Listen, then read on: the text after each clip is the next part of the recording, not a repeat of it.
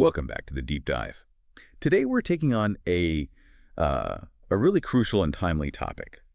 We're going to unpack the mindset shift you need to buy a home in Jamaica right now. Yeah, this is a conversation we absolutely have to have. Jamaica holds such a unique position in the real estate world. Right. This is a country that, I mean, its whole history is about recovery, about rebuilding from economic shifts, and of course from tropical storms. Resilience is just, it's baked into the DNA here. And we have to ground this whole thing in that idea of resilience, especially, with Hurricane Melissa so fresh in everyone's minds. Exactly. When you're talking about a purchase this big, it can't be driven by panic. It has to be approached with care, with real strategy.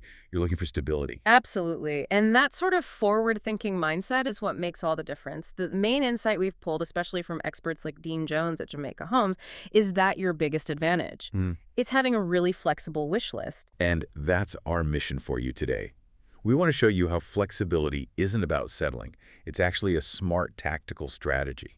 It opens up doors to properties you might have just scrolled right past.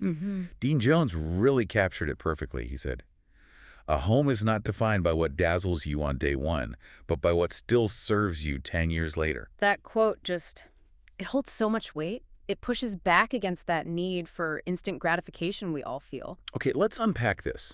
We have to start with the cold, hard facts, the things you just can't change. In any market, you're pinned between two forces, your budget and the market reality.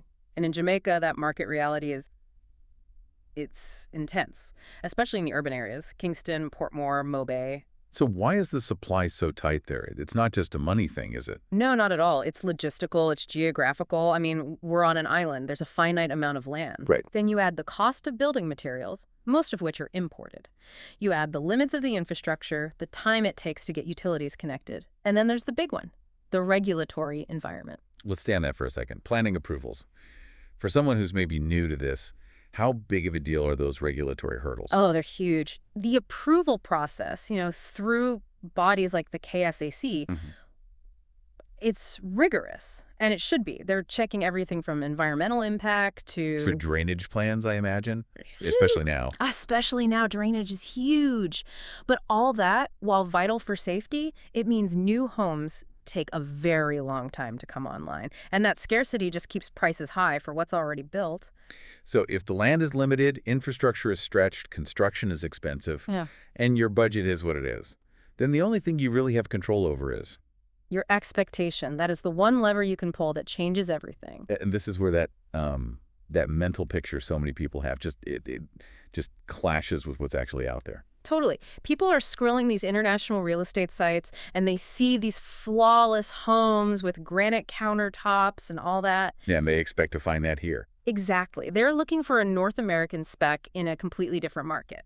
That little bit of disappointment, that's really the start of the buyer's education. You learn that what matters here isn't what looks good on a social media post. So let's get concrete.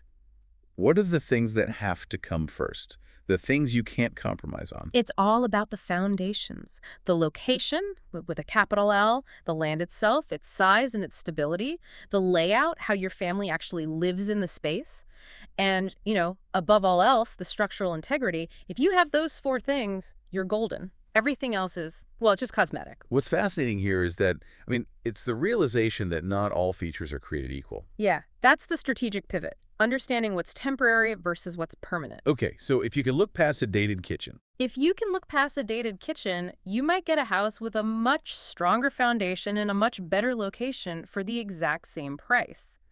It's about seeing the bones, not just the paint. Let's talk through that list of changeable things, the stuff that might look a bit tired now, but you can fix later. Right. Think about surfaces. Flooring can always be redone. Tiles, wood, whatever you want. Kitchens and bathrooms. You can gut them completely, modernize the whole system without touching a single structural wall. Paint is the easiest one of all, and you'll have to repaint eventually anyway with our climate. Even things like fences can be added later on. All that stuff is just fashion. Okay, but then you have the immovable features, the things that are either impossible or just ridiculously expensive to change. And these are your real non-negotiables. You can't change the size of the land. Can't make more of that. Nope. You can't easily change the core structure of the building or add a bedroom without a massive, costly extension project. The basic flow of the home, That's fixed. And bringing it back to resilience, the biggest immovable factors are tied to the environment. 100%.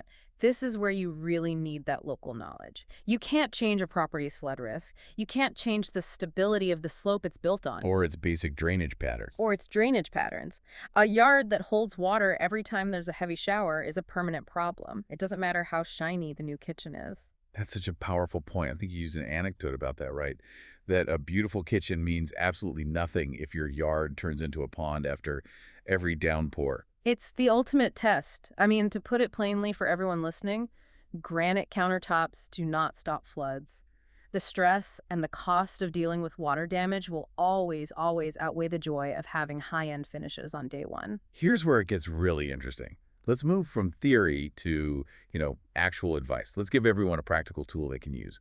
The Jamaican wish list exercise. It's so simple, but it's incredibly powerful. You just write down everything you want in a home. Everything. Then you force yourself to divide it into 3 categories. And the first category is must-haves. These are the absolute non-negotiables. Right. And you have to be strict here. This is about safety and basic function. The right number of bedrooms for your family. A structurally sound building. A good roof. Well, Reasonable access to your work or to transport. And being close enough to your support system, whether that's family or schools or healthcare, these are the things that let you sleep at night. okay, so category 2, the nice-to-haves, the lifestyle enhancers. This is where the wish list gets tricky, This is where the emotion comes in. Things like a big yard or covered parking. Well, let me push back on that for a second. Covered parking in this climate, that feels like a must-have, doesn't it? To protect your car from the sun and rain? It feels like it, but here's the test. If you have to choose between a house with a carport and a house with a stronger structure on better drained land, you'd choose the better land every single time. You can always build a carport later. You can always build a carport later. You can't move your house off a floodplain. It's about prioritizing the big, unchangeable assets over the small, improvable ones. That distinction is so important. Okay, so finally, category 3, the dream features, the one-day stuff. This is the fantasy list. The magazine perfect house. Brand new finishes everywhere, multiple entertainment areas, a huge piece of land and a prime spot for, an entry-level price. The unicorn. The unicorn. It's great to dream, but that stuff should never block you from finding a good, solid home. And what you find once you do this exercise is that you've probably been treating a lot of comforts as if they were necessities. That's it, exactly. You realize that by insisting on, say, a brand new kitchen, you've been filtering out dozens of perfectly good homes that are structurally sound and in great locations. The second you relax on those nice-to-haves, your options just multiply. We have to address the fear, though, because when you talk about flexibility, especially in Jamaica, where owning a home is such a huge deal, a source of pride and security, it can sound like you're telling people to just settle. And we're not. We're not talking about settling. We're talking about strategy. Choosing a house with an outdated bathroom but an incredible structure, that is a smart investment. You're buying the asset, the land, and the bones, and leaving the cosmetic stuff for later when you can afford it. This brings us right back to what Dean Jones said. The smartest buyers I've worked with weren't chasing perfection. They were chasing potential. And that is the story of how real wealth is built through property in Jamaica.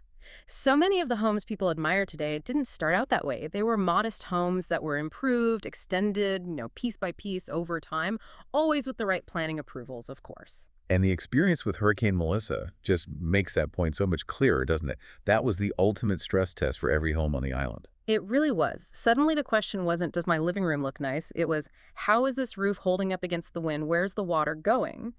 When the storm hits, all you care about is structure, safety, and your community. The aesthetics mean nothing. Which is exactly why having a good local real estate professional is so crucial. They see things you don't. They're your interpreter. They understand the local nuances, which roads always flood, which neighborhoods have development plans coming, what the real condition of a foundation is, even if it's been hidden by fresh paint. They can read between the lines of a listing. And they spot long-term value that isn't just about curb appeal. A good agent is your buffer. They help separate the emotion of the purchase from the financial strategy. And their job is to guide you, not to push you. I think Dean Jones had another great quote about that. He did. He said, good advice doesn't push you into a house. It helps you recognize when a house is right. That's it, because the goal is the long view. It's about stability. It's about putting down roots. It's about building something for the next generation. The house has to work for you. And if we look at the bigger picture, Jamaica is in this constant state of rebuilding. Physically, emotionally, economically. That just makes these kinds of thoughtful, strategic decisions even more important. So the message is, don't let the pressure rush you. Do the wish list exercise. Be honest with yourself. Hold tight to your real must-haves: safety, structure, but be ruthless about letting go of the nice-to-haves. Look for the potential. A home should be something that grows with you. Doesn't have to be perfect on the day you move in. The right home isn't the one that checks every single box on your fantasy list. It's the one that's solid, the one that gives you room to live and to recover and to grow. Precisely. So what does this all mean? It means that perspective is everything. Prioritizing resilience and good bones over shiny new things, that is the real definition of wealth in this market. We'd encourage you to take a hard look at your own wish list and measure it not against what you see online, but against the real, immovable forces right here on the ground.